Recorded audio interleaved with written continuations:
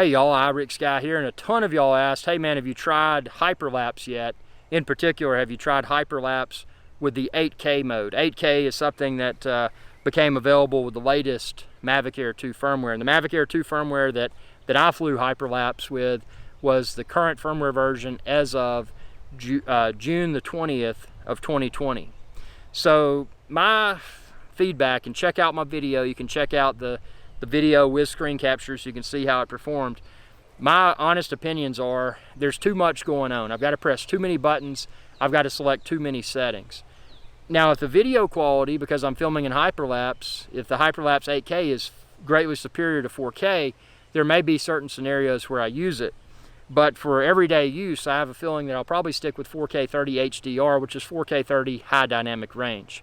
I found that to be the best video setting for the Mavic Air 2 so far, even though the Mavic Air 2 can do 4K 60, but at least with the current firmware, you cannot do HDR if you do 4K 60. So unless I'm retiming, speeding up, and or slowing down a video, I'm not going to use 4K 60.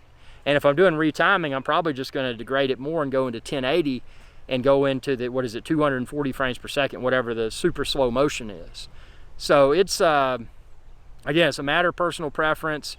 I personally, with Hyperlapse, at least with this firmware version, the firmware that's available as of June the 20th of 2020, I was not impressed. I mean, there were a few options. The circle option within Hyperlapse was pretty user-friendly. I mean, you set a point and it circled it.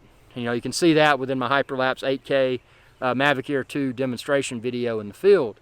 But other than that, the one that was like the free flight, that was just really wonky, man. I mean, I didn't like it. I wish it had said, okay, this is how many minutes the finalized video is going to be in duration. And it was just very convoluted.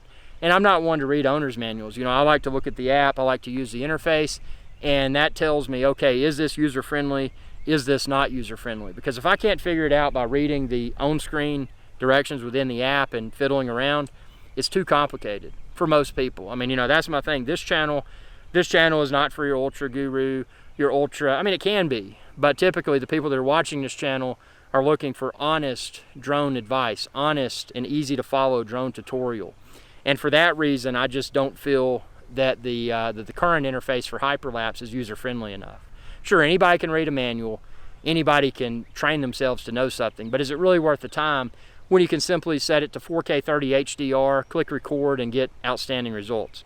Tell me what you think within the comment section below. Again, I'm not the dictator here. I don't say that that's how it is and that's how it is. I respect everyone's opinion. So tell me what you think. Be sure to subscribe.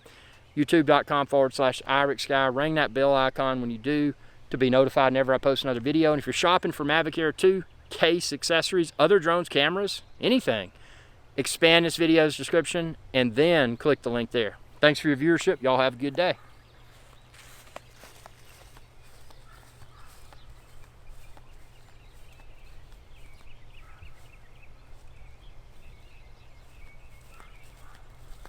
Hey y'all, Captain Irix Guy here. I hope y'all enjoyed this video. If you did, please be sure to subscribe. It's youtube.com/Irix Guy. And ring that bell icon when you do to be notified whenever I post another video. Thanks for your viewership, and y'all have a good day.